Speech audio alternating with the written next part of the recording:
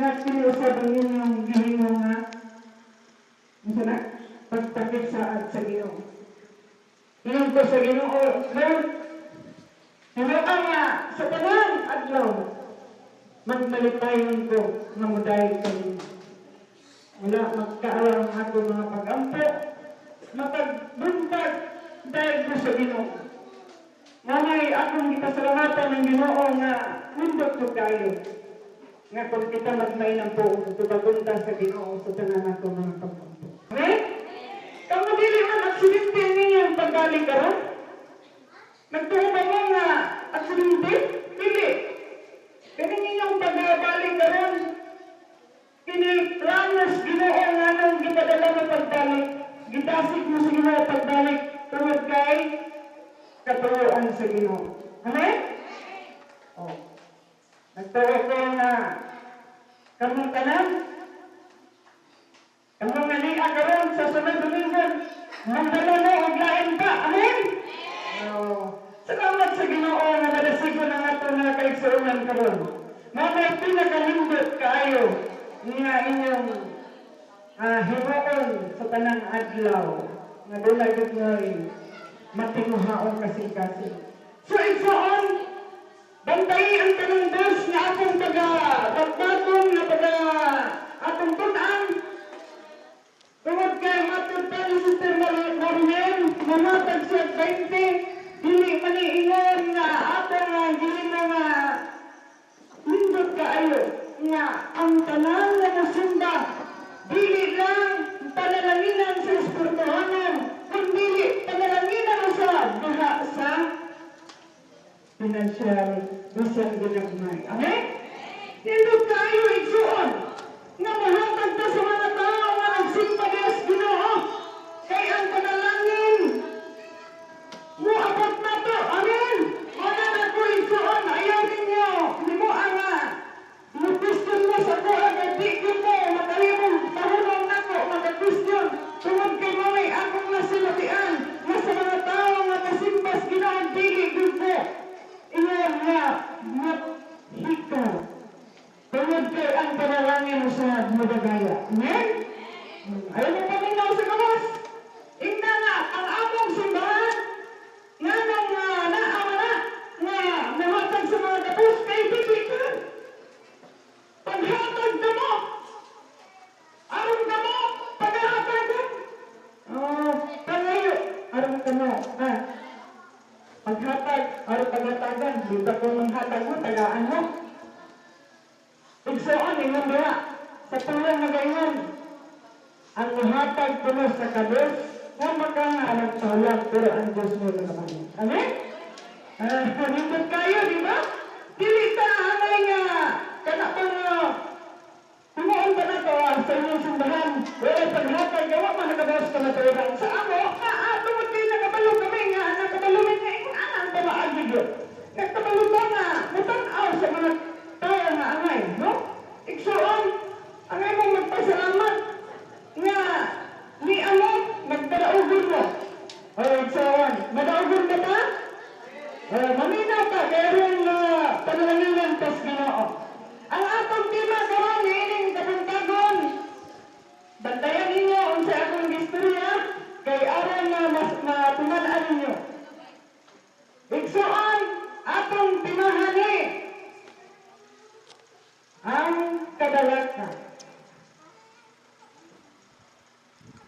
Igsuon ang katawhan sa Ginoo usahay mabatig kadalaka. Kinsay wala mibatig kadalaka? Sa matag adlaw igsuon, ma-encounter ngayon nato usahay kining kabalaka. Nga naman, tungod kay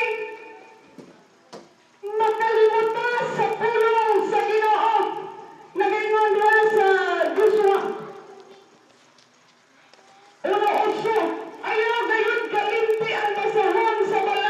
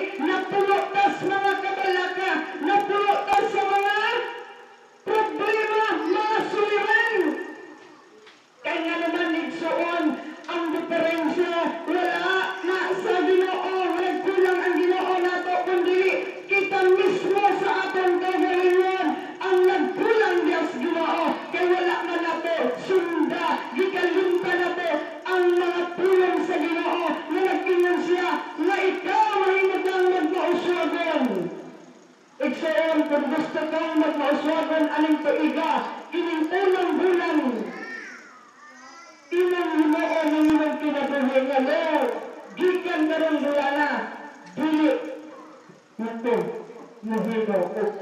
Saman, kaya bang prioridad ang akong mga puluhaton kanang pagpanlabas, ito lang na, di ba? Pero makababag na kaya sa atong pagsumba.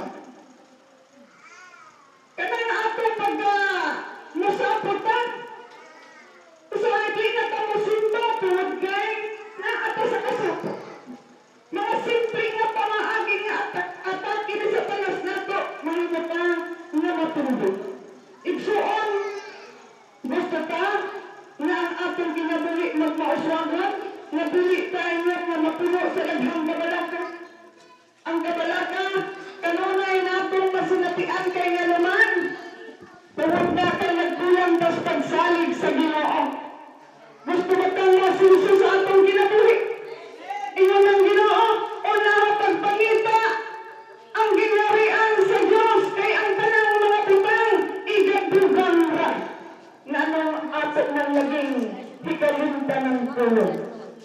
Nanong ato nang makalimtan ngayon ang Ginoo. Unahan nato siya ang tanang mga butang igadugang ra. Una aragay ang sikreto sa asenso. Ang pag una na Ginoong Jesucristo. Sanay kita, panahon ng Domingo, dili ta musimba kay tuata, mamaligya as merkado. Tuata sa atong mga kahayupan, sa atong mga pulaton na pag-adlaw. Igsuon, maunang mag-atubang kag mga problema. Kay dili ta, wala ta nakalimutan sa tulong sa Diyos na gipasalit ka natin. Nganong ang problema igsuon, ang mga kabalaka makasulod man sa kinabuhi sa mga Kristohanon. Igsuon, kini nga pangutana, dili lang ni imong pangutana, mausap kini ang pangutana ni Habakuk. Kining usa ka malalagna igsuon, nangutana siya, ingon diha sa Habakuk 1:3, nganong gipakita mo kanako ang magdaot ug ikaw nagtan-aw lamang sa kasano. Ug nganong ang pagpanglaglag ug kapintasan ania sa akong atubangan. Ug nganong adunay panag-away. Ug nganong magakahitabo nga adunay panagbingkod. Igsuon, kining mga pulong nga mga pangutana ni Habakuk atong usab kining ipangutana usahay sa atong ginabuhi. Mag-question ka kanunay, Ginoo, nganong gitugutan mo man kining suliran sa atong ginabuhi? Ginoo, nganong naaman ako kining balatian? Igsuon ka ng mga balatian, mga suliran nga niabot nimo, dili nimo questionan ang Ginoo ni ana, tungod kay kana naiabot lang na sa imong ginabuhi, mahimong kabahin na sa atong Kristohanong kinabuhi. Amen? Pagpaka na to ang atong buhi. Igsuon, sa duha nga kita, aga mag-atubang sa daghan nga mga pagsulay sa atong kinabuhi.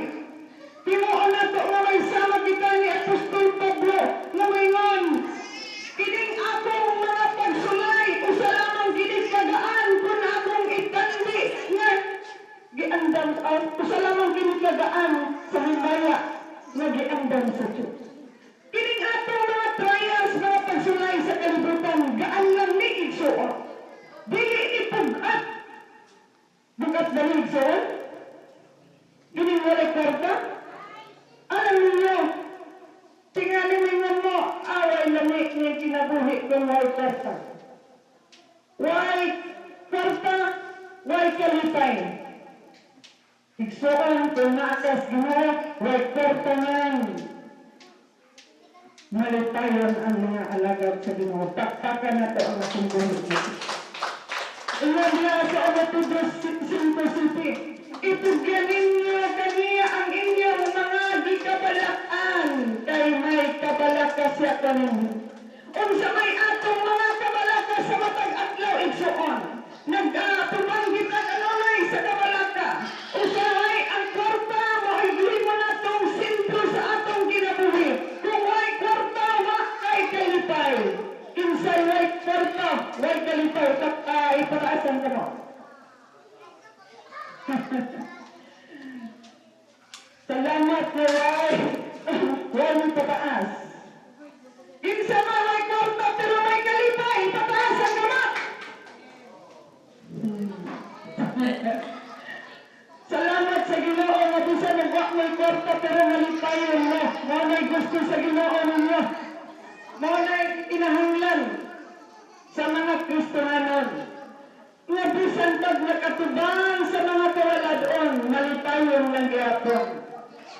igsoon kung kabalo lang yun ka nga magamit sa pulong sa Ginoo, di yun ka magkabalaka.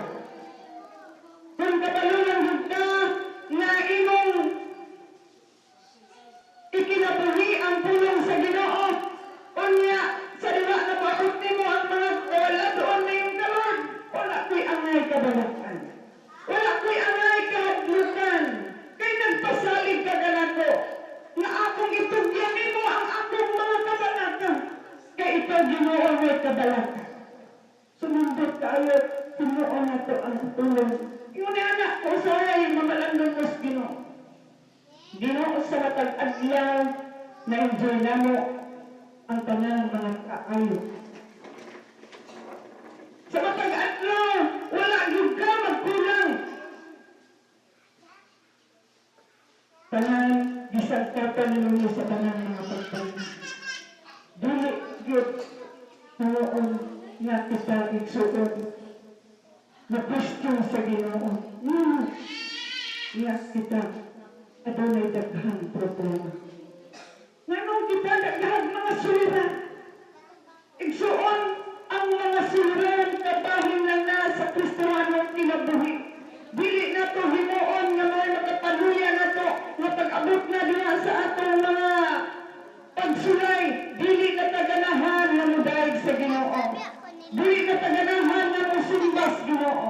Igsuon ang tanang mga pagsulay. Tinuang kaparte na sa inyong Kristohanong kinabuhi. Ug pasalamati ang Ginoo ni anak. Pakpakan na to nga itong buhi na to.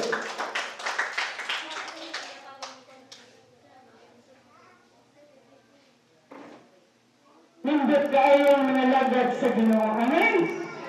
Ang tanan nga nakabalugyod, nga na, sa gata, kanabang bituog yun nga na ay Ginoo, tigit magkabalaka. Sa matag-adlaw, wala ay kabalaka. Kaya naman, naamay Ginoo. Pagkatubang ang Kristiyano ng mga pagsulay, diligid na mo question sa Ginoo. Kaya nga naman, nakabalaw sa pulong ingon sa 1 Corinto 10:13. Walay pagsulay nga moabot ka ninyo. Nga wala usap, mag-abot sa ubang mga tao. Apan kasaligan ang Diyos sa iyang saad nga dili niya tugutan nga sulayan kamo na po sa inyong maantos. Amen. Ug kung moabot ang mga pagsulay kaninyo, maghatag siya pamaagi aron maantos ninyo ini. So di ay igsuon kung nag-atubang kag pagsulay. Dili, di ay. Mo anay gusto ng Diyos. Mabot nimo ang mga pagsulay igsuon kana tulad kay nasayod ang Ginoo nga kana inyong maantos ang mga pagsulay nga moabot kanimo. Kabalo ba mo mga igsuon diya sa pagsulay? Pag-abot sa unahan, anaa ang kadaugan. Anaa ang mga dindot kaayo. Kamo dahil sinisod mo karon, pag-abot sa unahan, haruhay na. Amen? Ngunit ana ang among kinabuhi sa unang panahon. Gaagimig kapagbuhon. Ang among sudan, tuyo o asin. Pero wala ni, mudulag yes Ginoo. Nakita na ko ang akong lula. Waagid na, paluyas iyang pagpangalagad mo. Ito'y akong nakuhaan o nag-bliss ko sa iyang kinabuhi. Mapatagkat lang, bisan pagtumason, bisan pa o mag-ulan. Mangitag pamaagi ginatong lula, magsudaan ni asin at kung mga panahon na, pero mupugpong na siya, tungod kay gusto siya musimbas Ginoo. Nakita na ko unsa gid kamaayo ang Ginoo, gi-bless us Ginoo. Gipanagalingan sa Ginoo. Kay ang mga trial sa iyang kinabuhi sa una, wala gid niya gibaliwala niya ang tanan. Ang akong mula igsuon, grabe ko ka mainang puon. Wala nga, kanang ako naman, ang iyang nakuha lula nga mainang puwa. Mga bisa mo nga nasakit karon sa pag-ampo na asya na kapag mga nga usahay nga matugulid po itong aging simana mapay tago mag-ampo ngayon na po siya mag-ampo na po ka. Igsuon ang pag-ampo di giday na po hikalimtan. Tapatan natin ang itong buhay ito. Ang akong lula sa unang panahon di po siya nagawa sa balay nulhod siya nulhod pa sa Ginoo. Ngayon na siya, Lord, ang protection. Ihatag ninyo. Di po siya buhat sa tanan niyang mga bulaton. Nagdahil siya sa Ginoo, bisan o nagahigda na po. Ingon po siya namo sa unang panahon. Nagulog siya, niya di naman ingon ang basanting na magkagulog. Dito ko nabili sa kinabili sa akong luna nga nagpaagak gid siya kay musunda gid siya. Kapigid ang kinabuhi sa ako nga nakita na ko nga nablis gid ko sa kinabuhi sa akong luna sa unang panahon nga bisa nagdalisod na siya. Nagulog pa gid ko. Kita igsuon sa atong kinabuhi. Patanon pa malisod-usahin ang taong pagtikang sa atong mga tiil padulong sa simbahan. Nga naman, tungkol kay wala pa'y commitment gahilas Ginoo. Igsuon kung maghimot ang debosyon matod pa atong wali sa pastor na nag-ahali diri. Bisan mag-unsa na, kabukid tuwason nimo. Igsuon unta, may bako. Sama ang gibuhat niya sa nanakitang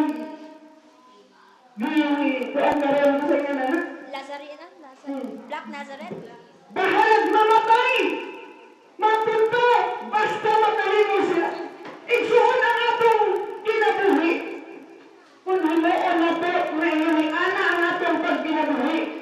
Nga mawimutag dubuti sa atong pagpanawagan sa mundo. Walay makaharang na to mga pagsulay nga ginagmay dili na pwede nga makaharang ina nga dili ni pwede nga mo ay makapahulong na ko kining mga pagsulay kining mga kabalaka igsuon kining nana imong buhaton sa unahan ana ay magtaabot ninyo kaharong